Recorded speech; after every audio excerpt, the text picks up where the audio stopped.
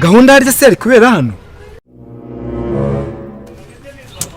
nahanga kabisa icyo nakubwira cyo iyi nama yari ikenewe kabisa byo yari ikenewe kuko abana mu mudugudu bari bamaze kwigira ibinani uziko nta mwana wari ukivugwa nakumira wa mugabo urabivuga urabizi katwinjire turebe basi niba ari ingamba babafatira pe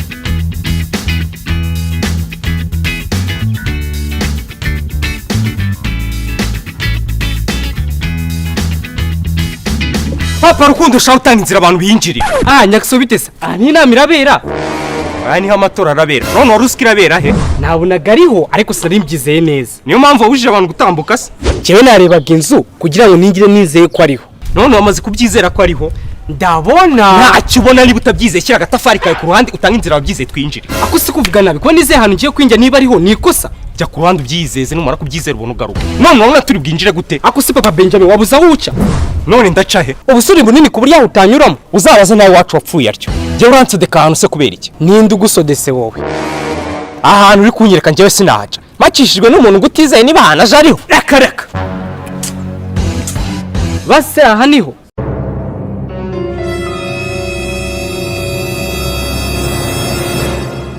ntago ariho ese papa Benjamin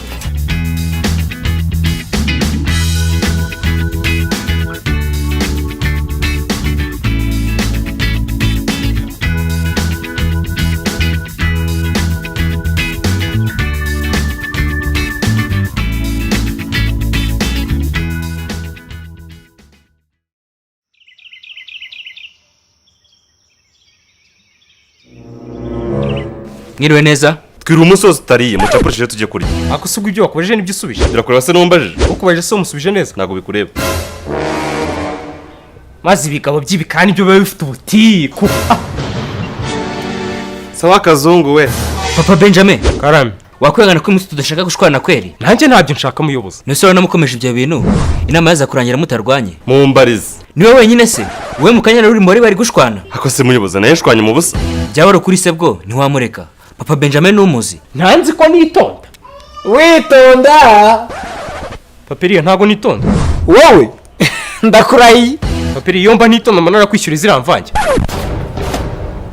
numva iki vange narazi kwishyura wowe wabuze izishyura kandi wamaze kuziyongobeza nyine uri umukene ahubwo mukanya nshaka amafaranga yanjye ariko Papa Benjamin karame ubwo gutabara umugabo mugenzi wari mu byago nibyo wakirirwa wigamba ndakamutabara nibura yabuze ayo kwishyura inzu ariko imvange koko muyobozi imvange nyine uzi ikintu cyambabaje se narazi mwishyuriye ngiye kugenda mbona baracyamufashe mu mashinga ndavuga nese ko namaze kumwishyura mwamuretse akagenda batireka ntishyure na voka yari ndavuga ibyo nabyo nkama igiceri cy'ijana ngiye kuyimwishyura batireka umugabo yariye voka z'igihumbi ndavuga nareka kumiro n'ikorosi rya rwama ariko paperi urya voka z'igihumbi uri igitera uri inguge cyangwa uri ihene barambeshye cyakoze iyo nsanga imvange wari yari iz'igihumbi nayo kumenya ko bakubeshya ariko babwire nishyuye angahe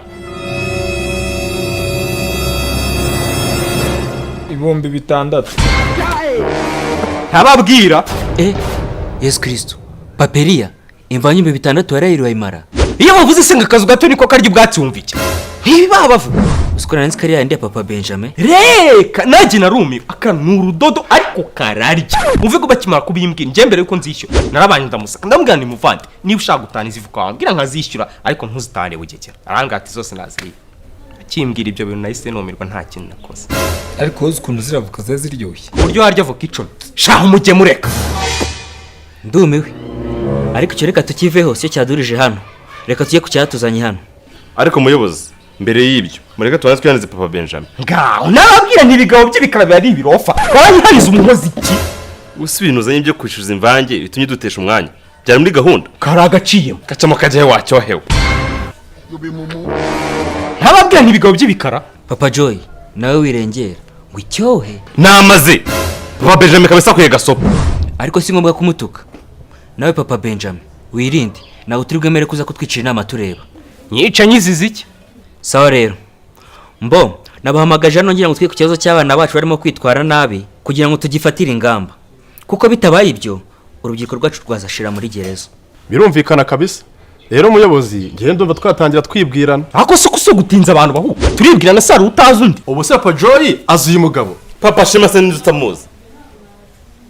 ariko ntabwo ndi papa Shema. umwana we yitwa Rukundo. Uwo Rukundo se nutewe ishema nawe? Newe ishema nawe. Ubwo se utari papa Shema ni he? Mwaje mureka kutugora. ariko n'abandi twakwibwirana kabisa. nta kibazo mucunguze uburyo umwete. nitwa Puisi. Shaho hano turi mu nama yo kwiga ku bana avuga izina ry'urwavumba rwa. NYAXO urongera kwita umwana wanjye urwavumba. Ndaguceka. Mwihangane. Nitwa Paperiya. Ubundi se ko mfite abana benshi ndamenya mvuga nde? Vuga witwara nabi kandi dutayari twamwumvishe neriya. Sawa undi Papa Joy. Papa Rukundo. Papa Rasta. Tararenga umwana witaye nimujya kwiga mpebe kuri uwo. Ako si umwana wanjye kuba yitwa Rasta bihuriye n'itabi. Ahubwo avuga uti kuba ndi papa Rasta bihuriye n'itabi. Nuko ari wowe uribitse. Gise mbitse itabi. Umwana wawe ubwe ni itabi. Papa Benjamin tonde dukomeze. Ahubwo ndabona hari mushiki wacu wacecetse cyane. Yavuga iki sera bya indaya? Indaya ni so akagabo. Nawe akagabo ni so. Gasogotwe ipiki mu twanturo. Papa suramuzi. None se muyobozi ko nshimye ko habaye inama yo kwiga ku myitwarire y'abana. Mwatekereje ko yo kwiga ku myitwarire y'ababyeyi babo igakurikira. Yawe abari bazaheraho. Munyumvire. N'abana bararengana. Wabyarwa n'umugore ukaza uruhu. Ariko Papa Benjamin uretse amati kugira wari wamenya n'umwana wo ari we. Si Clarisse tegera ku kabari se yarundi. Nasi n'umwana wanjye ko ari umukozi. Nababwira kuki utahisemo umukozi w'umurokore ugahitamo indaya.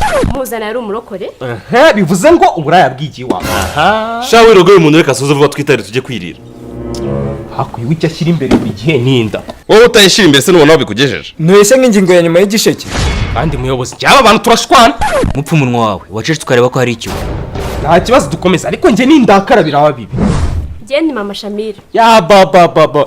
Yesu Shamira uzgatwita. Genda se nyine wibeshye. Tayara meitowa. Bumvaniranye n'umwana nkabyemera njyewe. Bireke. Zabyemera yayibyaye. Sawa. Twese tumaje kumenyana. None tugiye kwiga ku bana bagaragaje imitwarire mibi, ababyeyi babo bagenda batubwira impamvu. Kabisa. Ubundi se ko kutivuza ubona turakurota. Benjamin Sara utanze. Sawa. Hanyuma dore kuri Puisa, umwana wa kabiri namusanze ku kirari kunywa itabi. Ibyo bintu urabizi? Ntabyo nzi. Utabimenya se. Mukuru wari. Baramufunga. Azira iki?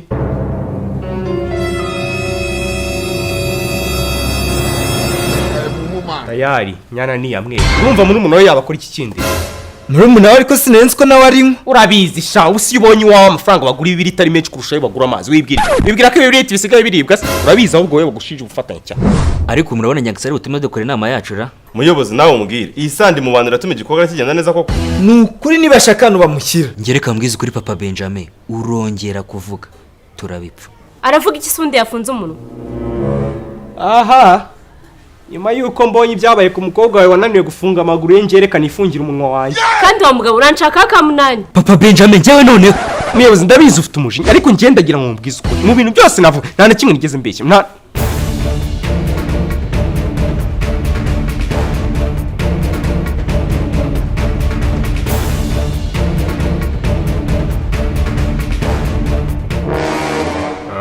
Mwiriwe mwese. Mwiriwe. Mwiriwe afande. Ngize n'Imana mbasanze hamwe. Habaye iki se? Hari umwana wafashwe anywa ikiyobyabwenge bita mugo. Shaka kumenya umubyeyi we. Uwo mwana bamwita ndese? Yitwa Elia. Se ninde? Surprise! Oh my God! Aha, akaba yabigurishijwe n'uwitwa Afande utambwira ko ari Shamira. Uriya mugore nakomeje kumubwira umukobwa wawe ni ikirara. Benjamin. Se ninde?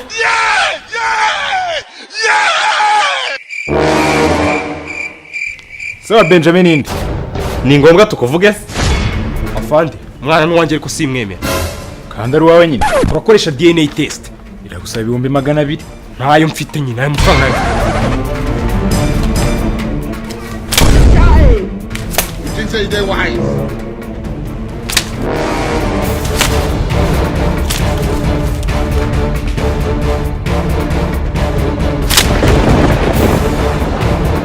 Genda teste bayikore. Aya mafaranga sinzabona uko nyakwishyura. Nta kibazo ndayaguhaye. Afande buretse gato.